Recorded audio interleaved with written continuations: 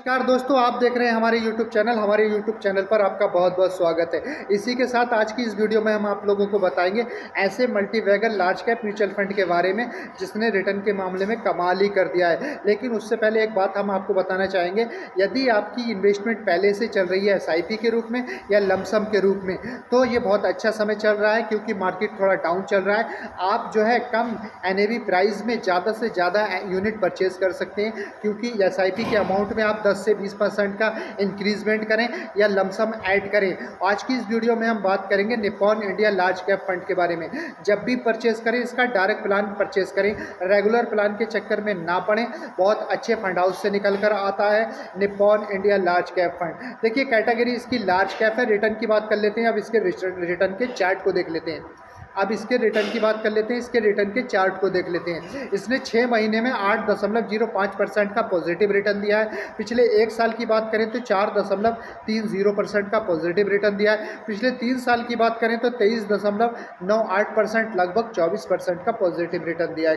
कमाल का रिटर्न दिया है पिछले 3 साल में भी। और पिछले 5 साल की बात करें तो 26.73% का पॉजिटिव रिटर्न दिया है। लार्ज कैप होने के बावजूद भी 5 साल में 26% से ज़्यादा का रिटर्न देना अपने आप में एक काबिलियत रखता है। इसीलिए तो 2013 से लेकर इसने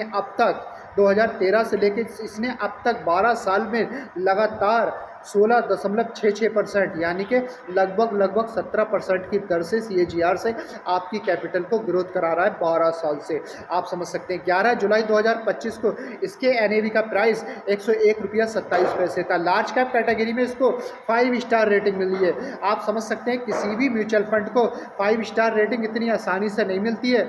जब वो सारे मानकों पे खरा उतरता है उसके बाद ही उसको 5 स्टार रेटिंग दी जाती है, ना कि ऐरा गैरा नत्थु खैरा म्यूचुअल फंड को किसी प्रकार की रेटिंग नहीं दी जाती है। बहुत सारे ऐसे म्यूचुअल फंड भी हैं जिनकी 1 स्टार 2 स्टार या 3 स्टार रेटिंग है, लेकिन इसको लार्ज कैप कैटेगरी के अंदर 5 स्टार रेटिंग मिली है। इससे आइडिया लगाया जा सकता है कि लोगों का बिलीव इसमें कितना ज़्यादा है। इसका फंड साइज लगातार बढ़ता चला जा रहा है, इन्वेस्टर ज़्यादातर बढ़ते चले जा रहे हैं। देखिए 43,828 करोड़ का फंड साइज हो चुका है। इसके फंड मैनेजर बहुत ही अच्छे हैं, नाम है शैलेश राज भान। देखिए इन्होंने जो होल्डिंग बना रखी है केवल 69 स्टॉक्स में होल्डिंग बना रखी है। एक्सपेंस रेशियो तो बहुत ही लाजवाब है, 1% से काफ़ी कम है।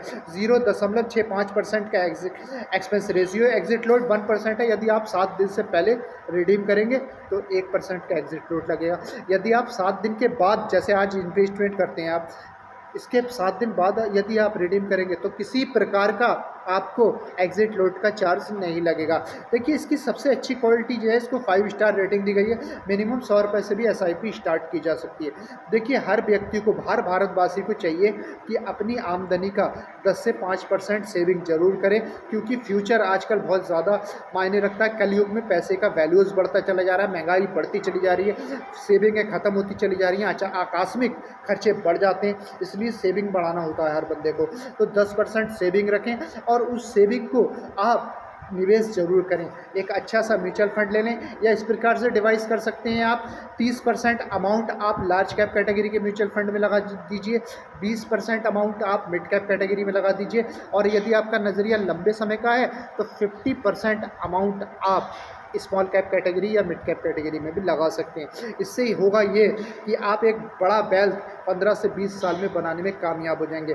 देखिए SIP की अमाउंट यदि आपकी छोटी है, SIP की अमाउंट आपकी 1000, 2000 या 3000 या 5000 रुपये महीना तक है, तो आपको लंबे समय तक इन्वेस्टमेंट करना पड़ेगा। और यदि SIP की अमाउंट आपकी जो है बड़ी है तो आप शॉर्ट टर्म समय में भी बड़ा कॉर्पस बना सकते हैं। और इसी के साथ यदि आप लोगों को हमारे चैनल पसंद आता है, वीडियोस पसंद आती हैं, तो हमारे चैनल को सब्सक्राइब कर लीजिए और नीचे दिए गए बेल आइकन के बटन को प्रेस कर लीजिए ताकि आने वाली अच्छी वीडियो की नोटिफिकेशन सबसे पहले मिल सके।